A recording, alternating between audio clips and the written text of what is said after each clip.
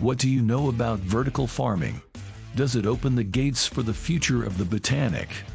In this video, we are going to cover the future of vertical farming, the idea of growing plants indoors on multiple levels, with entire skyscrapers occupied with vertically stacked farms that produce crops twice as fast by precisely controlling variables while using 40% less power, having 80% less food waste, and using 99% less water than outdoor fields.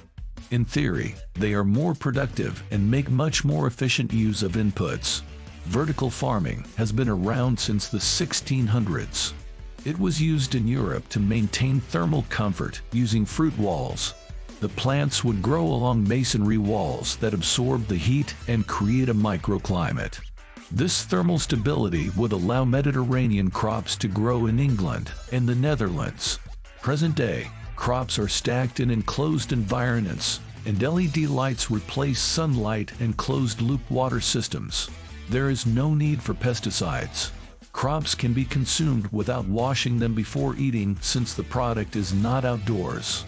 Soil, too, is saved, as indoor farms do not use soil and can grow using hydroponic, aeroponic, or aquaponic systems.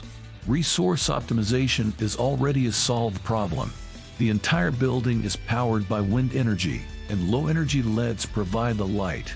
The water consumption is about 250 times lower than in a field, with 1 liter of water required to produce 1 kilogram of plants. There is much higher productivity than in conventional agriculture. Plants can be harvested 15 times a year instead of 2 in a conventional field. Since light, water, CO2, and nutrients are constantly available, the growth pace of the plant is boosted, providing a perfectly similar taste and nutritional richness. The benefit of vertical indoor farming is not that it requires less space or energy, but rather that it is very suited for the robotics automation and AI revolution. The controlled environment will greatly reduce human involvement, and the whole thing can work efficiently. You can also control the environment all year round. Not only that, vertical farming can produce crops year-round, increasing production efficiency by a multiplier of 4 to 6, depending on the crop. 30% of harvested crops today are lost due to spoilage or infestation. With vertical farming, there's less wastage and spoilage, as most crops can be sold fresh in a market or restaurant from the same facility. Big weather events spell chaos for farmers and can put a dent in agricultural activity, costing them billions of dollars. But vertical farming has less risk associated with it, as farming indoors can reduce the chances of these events to as low as possible. And this is not even the biggest part of it. Vertical farming is inherently more sustainable, as arable and can be saved for other purposes. And there are no transportation costs to get the crops to market, and energy and water can be recycled within the building.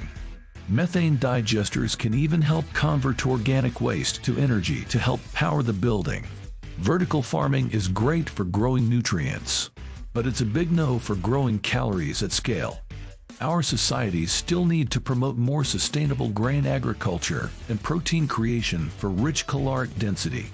Sunlight and heat are free for traditional farming operations, and irrigation is also generally cheap. It takes a lot to grow indoors, money-wise, and it's more time-consuming. Yielding wheat indoors is shown to have a much higher yield than growing outdoors, and it has multiple environmental benefits.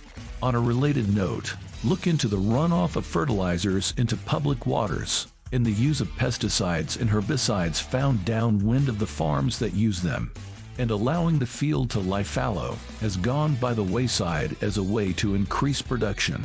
These practices exacerbate the issue of soil quality and its ability to produce crops in the future.